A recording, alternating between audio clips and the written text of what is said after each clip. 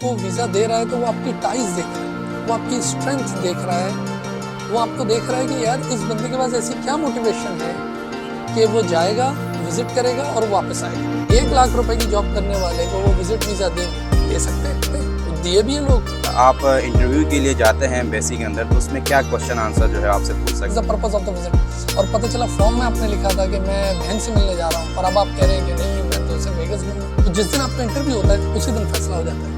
If you get the passport back right away, वो आपको बोलता है थैंक यू, ये रहा आपका पासपोर्ट। क्या विजिट वीज़े के ऊपर यहाँ पे बंदा आके जॉब कर सकता है या नहीं?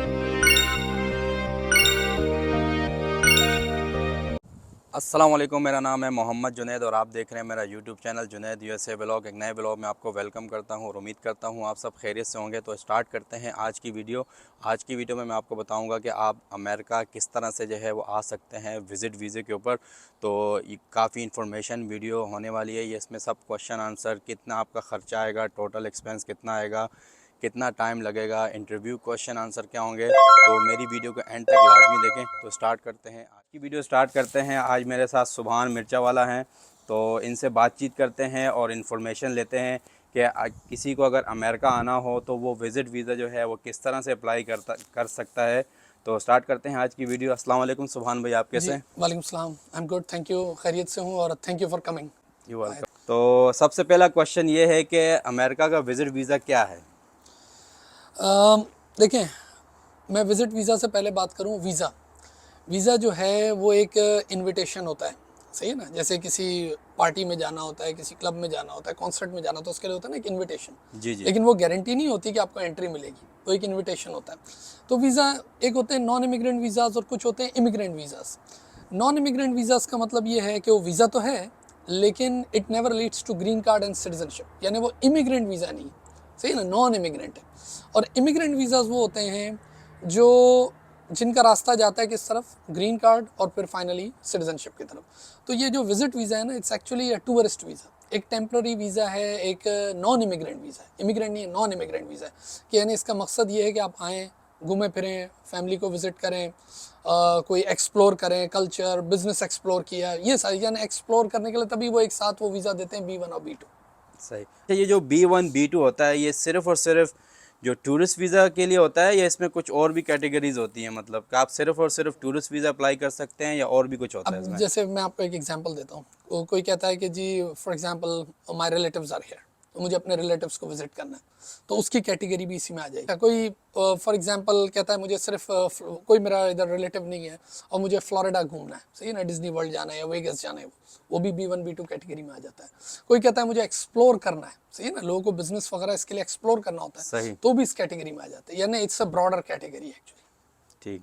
अच्छा, इसका जो अप्लाई का प्रोसेस होता है, जो पाकिस्तान में जो लोग बैठे हुए हैं, तो वो तकरीबन जो है किस तरह से जो है इस वीज़ा को जो है अप्लाई कर सकते हैं? इसका बड़ा पूरा स्टेप बाय स्टेप अगर आप गाइड कर दें। देखें, बड़ा सिंपल प्रोसेस है। कुछ लोग तो इसमें यूँ घबराते हैं because they heard about United kingdom, UK का या मे बी कनाडा का, ऑस्ट्रेलिया का। इसका वीज़ा जो है ये डॉक्यूमेंट बेस्ड वीज़ा नहीं है। जैसे यूके वगैरह के वीज़ा होते हैं ना जिसमें आपको डॉक्यूमेंटेशन देनी होती है, ऑडिटेड रिपोर्ट दे रहे हैं, बैंक स्टेटमेंट साथ लग रहे हैं, टैक्स रिटर्न्स लग रहे हैं। इसका जो प्रोसेस है उसमें 2 ही स्टेप है, सिंपल। एक स्टेप क्या है, you have to fill up the form fill करेंगे, और दूसरा स्टेप ये है कि you appear for the interview in front of the interviewer जो वीज़ा ऑफिसर है। यानी एक स्टेप है फॉर्म फिल करना और ऑब्वियसली एक स्टेप फीस तो है ही, बगैर फीस के तो कोई काम नहीं होता। सही। तो form and then the interview. अच्छा, इसके लिए कौन सा फॉर्म जो है वो जो फिल करना पड़ता है? अच्छा, उस फॉर्म का नाम जो है वो है DS-160। अगर किसी को ये फॉर्म चाहिए हो तो वो किस तरह से जो है वो डाउनलोड कर सकता है? ऑनलाइन डाउनलोड कर लें, ऑनलाइन साइट पे चले जाएं, एम्बेसी की जिस मुल्क में भी है उसका DS-160 फॉर्म होता है। और वो बड़ा सिंपल फॉर्म होता है, यानी उसमें नॉर्मली जेनरिक इन्फॉर्मेशन होती है कि your name, father's name, may be your education, आप जॉब क्या करते हो, why do you want to visit, पहले कहाँ कहाँ विजिट किया। अब जैसे सोशल मीडिया के बारे में भी आपके पूछते हैं। मुझे पुराना टाइम याद है जब मैंने अप्लाई किया था उस टाइम नहीं पूछा करते थे, लेकिन अब बाकायदा वो सोशल मीडिया, इंस्टाग्राम, ये वो जो आपके हैंडल्स हैं उसके बारे में ही पूछते हैं। तो यानी इट्स अ बेसिक फॉर्म। आप चाहो तो आप खुद भी ये कर सकते हो, और कुछ लोग जो हैं वो किसी कंसल्टेंट से भी फिलअप करवा लेते हैं, कभी कभार खुद भर लेते हैं और उसको रिव्यू करवा लेते हैं।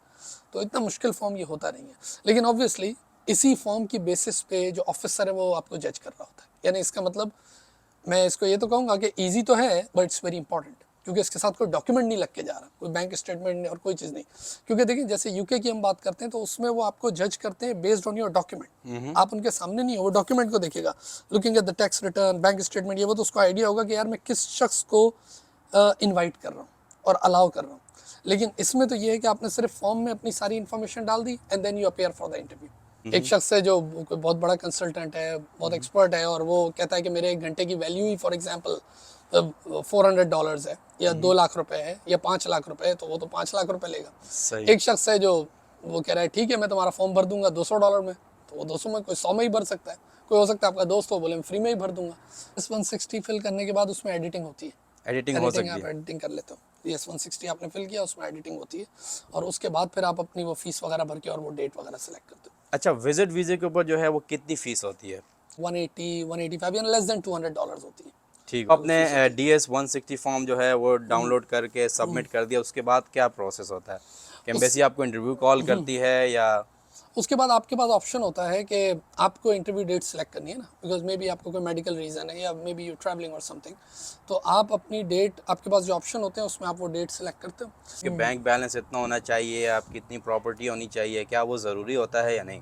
कि वो जब आपको वीज़ा दे रहा है तो वो आपकी टाइज देख रहा है, वो आपकी स्ट्रेंथ देख रहा है, वो आपको देख रहा है कि यार इस बंदे के पास ऐसी क्या मोटिवेशन है कि वो जाएगा, विज़िट करेगा और वापस आएगा। मे बी कोई ऐसे फैमिली टाइज़ हैं, कोई ऐसे सोशल टाइज़ हैं, कोई इकोनॉमिक टाइज़ हैं, ऐसा बिज़नेस जो इसके बगैर चलेगा ही नहीं, और वो बिज़नेस भी ऐसा है जिसमें वो बहुत पैसे कमा रहा है। सही है ना। अब मिसाल के तौर पे एक बंदा बोलता है मेरी ₹1,00,000 तनख्वाह है, तो उसको भी पता है कि वो इधर आएगा और कैश जॉब भी करेगा तो $4,000 कमा लेगा यार, मेहनत करने वाला होगा तो। देखे सही। तो ₹1,00,000 की जॉब करने वाले को वो विजिट वीज़ा देंगे, दे सकते हैं, दिए भी है लोगों को, लेकिन मोटिवेशन क्या है उसकी वापस आने की, आप समझ रहे हो। तो इसका मतलब ये है कि वो ये देखना चाहते हैं कि यार एक बंदा वापस, अगर आप इसी की मिसाल, चले मैं बीच में फिर यूके बार बार आ रहा है, मैं यूके को रखता हूँ। एक पाकिस्तान से सिटीजन आए यूके, या इंडिया से सिटीजन आए यूके, और एक यूएस से सिटीजन आए यूके, किसके स्लिप होने के चांसेस ज़्यादा है? ऑब्वियसली जो वहाँ से आ रहा है, क्योंकि देखिए बंदा स्लिप कब होता है और वो नॉन इमिग्रेंट वीज़ा को वो ब्रीच कब करता है, वो तब करता है जब उसको पता होता है कि मैं अगली बार फिर नहीं आ सकूंगा इधर। एक यूएस सिटीजन है, वो तो एज मैनी टाइम मल्टीपल वो जा सकता है यूके, लेकिन अगर एक बंदे का सिंगल एंट्री वीज़ा है और उसको पाकिस्तान से एक दफ़ा मिला है और वो आया है, तो उसके पास प्रोबेबिलिटी इतनी ज़्यादा है कि वो वापस ना जाए, अनटिल अनलेस कोई ऐसी चीज़ है जो उसको उधर खींच रही हो, कोई प्यार मोहब्बत है, वाइफ छोड़ के आया हुआ है, बच्चा छोड़ के आया हुआ है, बिजनेस छोड़ के आया हुआ है, और बिजनेस भी बहुत ल्यूक्रेटिव, जॉब ऐसी छोड़ के आया ल्यूक्रेटिव। तो इसका मतलब ये हुआ कि विजिट वीज़ा देते हुए, जैसे मैंने कहा नॉन इमिग्रेंट वीज़ा है, वो ये ज़रूर देखना चाहते हैं कि आपकी होम कंट्री में आपकी टाइज कितनी स्ट्रॉन्ग है। ये जो पाकिस्तान से अप्लाई करता है विजिट वीज़ा, तो उसको कितने साल का जो है वो विजिट वीज़ा मिलता है, और जो इंडिया से करता है उसको कितने साल का मिलता है, मैक्सिमम और मिनिमम? अच्छा, ये डिपेंड करता है कि ज़रूरत कैसी है। फॉर एग्जांपल आपने लिखा कि भाई मुझे तो सिर्फ एक डॉक्टर से मिलने जाना है, तो मे बी वो आपको 6 महीने का वीज़ा दे दे, सही है ना। अमूमन पाकिस्तान से नॉर्मली ये होता है कि वो 5 साल तक का तो आपको मिल जाता है, सही है ना। लेकिन 5 साल का ये मतलब नहीं है कि आप एंटर हुए और उसके बाद एक दफ़ा एंटर हो सकते हो, no, it's a multiple entry visa, it's not a single entry visa, जैसे यूरोप वगैरह के मिलते हैं सिंगल एंट्री वीज़ा, वो पाकिस्तान से। और वन टाइम एंट्री पे आप कितने दिन जो है वो रह सकते हैं? वन टाइम एंट्री पे मैक्सिमम जो आपका लॉफुल स्टेटस होता है वो 6 महीने होता है, यानी 6 महीने तक यू आर लॉफुल, फिर आगे तो जितना रहना रह लो अनलॉफुल। क्या हम यहाँ पे आगे उसको एक्सटेंड करवा सकते हैं? यस, ये भी है कि आपने 6 महीने रहे तो ये लॉफुल है, और आप उसके बाद भी you still want to stay in United States for 6 more months, तो आप उसको एक्सटेंड करवा सकते हो, आप उनको रिक्वेस्ट कर सकते हो, मे बी दे एग्री और नॉट। इंडिया का अमूमन 10 ईयर्स तक होता है, लेकिन ये डिपेंड करता है कि आपने क्या ज़रूरत उनके सामने पेश की। इंटरव्यू के लिए जाते हैं एम्बेसी के अंदर, तो उसमें क्या क्वेश्चन आंसर जो है आपसे पूछ सकते हैं विजिट वीज़े के हवाले से? ओके, देखिए सबसे इम्पॉर्टेंट तो ये है कि मैं अपनी वीडियोस में भी ये बात कर चुका हूँ कि जब भी आप जाएं इंटरव्यू के लिए, तो सबसे पहले अपने फॉर्म को ज़रूर याद कर लें कि जो आपके पास, जो आपने फॉर्म फिल किया था विच वाज DS-160, क्योंकि उसके पास आप बाद में गए हो, फॉर्म पहले। तो वो अमूमन क्या होता है, जैसे जॉब पे जाते हैं ना, तो CV और इंटरव्यू, रिज्यूमे एंड इंटरव्यू, तो वो कुछ सवालात आपसे फॉर्म के बारे में ही कर लेता है। फॉर एग्जांपल फॉर्म में ही था ना, what's the purpose of the visit, वो आपसे फिर पूछ लेगा what is the purpose of the visit, और पता चला फॉर्म में आपने लिखा था कि मैं बहन से मिलने जा रहा हूँ, और अब आप कह रहे हैं कि नहीं मैंने तो सिर्फ वेगस घूमना है, तो इसका मतलब बात में इख्तलाफ हो गया, इख्तलाफ हो गया। कॉन्फ्लिक्टिंग हो गई लैंग्वेज, सही ना। तो कुछ सवाल तो बड़े बेसिक से वो फॉर्म से ही कर लेते हैं, तो मैं कहता हूँ फॉर्म को ज़रूर याद करके जाएं। और अमेरिकन कम्युनिकेशन भी ऐसी है कि वो बड़ी स्पेसिफिक है। सच तो है ही, इधर सच तो बोलना ही है, लेकिन साथ साथ बड़ा स्पेसिफिक बोलना है, वेग नहीं बोलना। जैसे मैंने कई दफ़ा कहा है कि यूँ नहीं बोलना है मैं आप कब से काम कर रहे हैं, for example you doing a job for how long, आपने कहा 2 से 4 साल, 2 या 4, एक बात बोलो।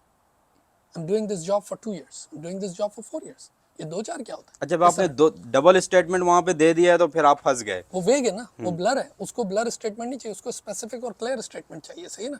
और ये यहाँ का कल्चर भी है और वीज़ा ऑफिसर भी ये एक्सपेक्ट करता है। तो अमूमन सवालात ऐसे ही होते हैं, जैसे अगर हस्बैंड वाइफ पूरी फैमिली है तो वो पूछ लेते हैं कि भाई okay you husband wife relationship में, ओके, और कितने साल से रिलेशनशिप में, ये सवाल पूछता है। फिर ये भी पूछता है कि आप एक साथ रहते हो, सही है, उसकी तरफ से सवाल है। वो बोलता है बच्चे आपके हैं, हाँ जी बच्चे मेरे, स्कूल जाते हैं, यस, देखो क्या खाते हैं, ये भी पूछ लेते हैं, सही है ना। ये सवाल पूछ सकता है कि भाई क्यों जा रहे हो विजिट करने, तो आप बोलते हो भाई मैं इस वजह से जा रहा हूँ। अच्छा तो आप कहाँ स्टे करोगे, तो आप बोलोगे भाई मैं, अब आपको ये पता ही नहीं मैं कहाँ स्टे करूँगा, तो आपको पता होना चाहिए आपकी बहन भाई दोस्त का घर किधर है, किस स्टेट में, किस सिटी में, इवन आपको वो एड्रेस पता होना चाहिए कि मैं इस पर्टिकुलर एड्रेस पे स्टे करूँगा। आप कहते हो मैं बैंक में जॉब कर रहा हूँ, आपका फॉर्म कह रहा है कि I am doing a full time job in XYZ bank, या मैं रिटेल में काम कर रहा हूँ, सारी चीज़ें, और आपकी कोई छुट्टियाँ ही नहीं है ऐसी, और छुट्टियाँ आपकी होती हैं दिसंबर में, फॉर एग्जांपल लास्ट 10 days, आप कैसे बीच में कह रहे हो कि मैं 2 महीने के लिए अगस्त सितंबर में विजिट करने जाऊँगा? ये बात कोई रैशनल नहीं लग रही, सेंसिबल बात नहीं लग रही कि यार ये बंदा कैसे 2 महीने के लिए बीच में चला जाएगा, और इसके बच्चे भी स्कूल में, और कह रहे मैं अपने बच्चों को लेके फ्लोरिडा जाना चाहता हूँ। तो बच्चों की तो छुट्टियाँ ही जून जुलाई में होती हैं भाई, सही। समर वेकेशन है ना। तो पूरा जो सिचुएशन है वो भी तो सेंसिबल और रैशनल लगे। फिर इसी तरह एक बंदा, उसकी तनख्वाह है 2 लाख रुपए या 3 लाख रुपए या 4 लाख रुपए, और वो इस ट्रिप पे 30 लाख रुपए लगा देगा। आपको ही पता है क्या होता है भाई, खर्चे सारे, सही है ना, किस तरीके से टिकट के खर्चे हैं, अगर फैमिली है और 2 बच्चे हैं, और उसके बाद घूमना फिरना, और पता लो आपने इतना बड़ा प्लान उसको बना के दिया कि मैं फ्लोरिडा में इतने दिन विजिट करूंगा, कैलिफोर्निया में, तो उसको भी समझ आ रहा है कि यार इस जॉब के साथ ये काम कैसे हो सकता है, सही है ना, और इन वक्तों में कैसे हो सकता है। फिर वो जो आपने होटल रिजर्वेशन वाली बात की, तो वो भी एक एक्शन प्लान का पार्ट है, because you are not giving only a plan, you are giving an action plan, कि एक डिटेल प्लान दे रहे हो कि हाँ भाई मैं इतना इतना टाइम रहना चाहता हूँ और मैं इधर इधर रहूँगा। भाई यकीनन अगर आपकी कोई बहन भाई अंकल कोई है नहीं जिधर आप स्टे नहीं करोगे, तो फिर कहाँ स्टे करोगे? रोड पे तो होमलेस नहीं रह सकते ना। तो आप बताओगे कि हाँ जी मैं फलानी, जब मियामी जाऊँगा तो आई स्टे देयर, जब मैं टेक्सास आऊँगा तो मैं फलानी जगह। अच्छा, कोई ऐसा मतलब कि जब आप विजिट वीज़ा अप्लाई करें तो कौन कौन से स्टेट का जो है मतलब कि वहाँ पे जो है सबसे पहले आपको आना है? जैसे न्यूयॉर्क हो गया, वेगस हो गया। देखिए जब पाकिस्तान से आप आते हो तो सबसे, अगर सिर्फ एक एंट्री की बात है और अगर सिर्फ घूमने फिरने की बात है, तो मैं हमेशा कहता हूँ कि ये स्टेट्स नहीं है, ये हर एक मुल्क है। यानी सही। इसका हर स्टेट है ना वो एक आइसक्रीम फ्लेवर की तरह है। टेक्सास को बोले तो इससे चॉकलेट फ्लेवर फॉर एग्जांपल, वो एक वनीला है और एक स्ट्रॉबेरी है ना, सबके अपने अपने मज़े हैं। सही। कैलिफोर्निया की अपनी बात है, शिकागो की अलग है, मिशिगन की अलग बात है, साउथ की स्टेट्स की अलग। अगर पाकिस्तान से कोई आना चाहता है तो सबसे इजी और चीपेस्ट वही पड़ता है, अटलांटिक ओशन से गुजर के जो पहली स्टेट है आपकी ये न्यूयॉर्क, न्यूयॉर्क सबसे ज़्यादा इजी उसी का टिकट होता है। क्या ख्याल है? सही। उसके बाद आपको बीच में फिर ये नीचे की तरफ ईस्ट साइड पे ही आपको फ्लोरिडा मिल जाता है, वॉशिंगटन इस तरफ मिल जाता है, टेक्सास आपको बीच में मिल जाता है, लेकिन ऑल द वे आपको उधर जाना है तो फिर वो कैलिफोर्निया और वेगस वाली साइड वो उस तरफ हो जाती है। तो अमूमन लोग अगर फॉर्म भी जब फिल कर रहे होते हैं और उनको कोई चीज़ समझ नहीं आ रही, तो उनको पहले यूएस के नक्शे को ज़रूर देखना है कि मैं क्या बात कर रहा हूँ। क्योंकि अगर आप सिर्फ न्यूयॉर्क से लेके कैलिफोर्निया तक की फ़्लाइट देखें, कहने को ऐसा लगता है कि यूएस के अंदर ही हम, लेकिन वो फ़्लाइट इतनी बड़ी है जितनी कराची से लंदन की, 6-7 घंटे की फ़्लाइट अगर डायरेक्ट हो तो पता चला कि आप इस तरह का प्लान और मैप बनाएं कि जी अगर मैं न्यूयॉर्क की तरफ आ रहा हूँ, इधर अटलांटिक ओशन की तरफ आ रहा हूँ फर्स्ट विजिट में, तो मेरे पास न्यूयॉर्क, वाशिंगटन और फ्लोरिडा ये साइड होनी चाहिए, और अगली दफ़ा जब मैं आऊँगा तो आई गो टू पैसिफिक साइड, और उसमें फिर मेरे पास ये नवाडा और कैलिफोर्निया और एरिज़ोना ये साइड होनी चाहिए, जिसमें सैन फ्रांसिस्को ये कवर कर लूँ। अच्छा, इस टोटल जो विजिट वीज़े के अप्लाई के ऊपर जो है फीस, टिकट, और एक कोई बंदा 10 दिन का जो है वो विज़िट के लिए आता है तो टोटल कितना, एक रफली एस्टिमेट जो है वो कितना होगा? ये तो आपने जो सवाल पूछा है ना, ये भी अगेन वेरी करेगा, लेकिन मैं बेसिक इस पर बात कर देता हूँ, सही। सही ना। मुझे नहीं पता एक शख्स है जो LV, गुची, अरमानी वाला है, और एक जो है वो बेसिक स्टफ वाला है, तो समझ रहे हो ना, बेसिक शॉपिंग वाले की शॉपिंग, मैं हाँ। बेसिक वाली बात करता हूँ। तो देखिए बेसिक तो ये है कि सबसे पहले आपको ये देखना है कि एक तो मैंने वीज़ा फीस आपको बता दी, ठीक है ना। उसके बाद सबसे इंपॉर्टेंट जो एक्सपेंस है वो टिकट का है। सही। तो टिकट जो है वो डिपेंड करता है सीज़न टू नॉन सीज़न, सही है ना। अगर आप मार्च अप्रैल ये टाइम देखें या सितंबर अक्टूबर वाला टाइम देखें तो 800-900 तक का टिकट मिल जाता है। वही चीज़ आप जून जुलाई में देखते हो तो यू गो 2200 2300 इतना टिकट हो जाता है। बेसिक होटल इधर मिल जाता है $100 में, मेरे ख्याल है 100-125 में इस तरह। तो लेट्स से 150 अगर आप पकड़ भी लो इसको तो $1500 आप होटल्स के पकड़ लो। वो भी वेरी करता है डेस्टिनेशन टू डेस्टिनेशन कि भाई किस स्टेट में, किस सिटी में, किस जगह आप ले रहे हो, सही है ना, सी फेसिंग ले रहे हो, क्या कर रहे हो। और इसी तरह मैंने टिकट का आपको बता दिया। बाकी खाना पीना तो इधर रेगुलर ही है। अगर एक बंदा आता है तो हाँ उसको भी एक रूम तो चाहिए, और उसी रूम में वो अपनी वाइफ को भी रख सकता है और बच्चों को भी रख सकता है। यहाँ पर वो रिस्ट्रिक्शन नहीं होती कि एक रूम में कितने घुसने वाले। इस पूरे प्रोसेस के ऊपर जो है वो कितना टाइम लग जाता है? डू द DS-160 फॉर्म और आपको, आप लकी हो, आपको क्विकली डेट मिल जाती है। अच्छा, लोग घबराते हैं, ऐसा लगता है जैसे एग्जामिनेशन है, सही है ना। इंटरव्यू में तो यही हालत चल रही होती है कि नहीं मैं अभी फ़ौरन इंटरव्यू डेट मुझे मिल रही है, आई वॉन्ट गेट इट, मैं इसको लूँगा 3 महीने बाद। 3 महीने बाद क्या कुछ चेंज हो जाने वाला है? भाई जैसे इंटरव्यू डेट मिल रही है, गेट इट।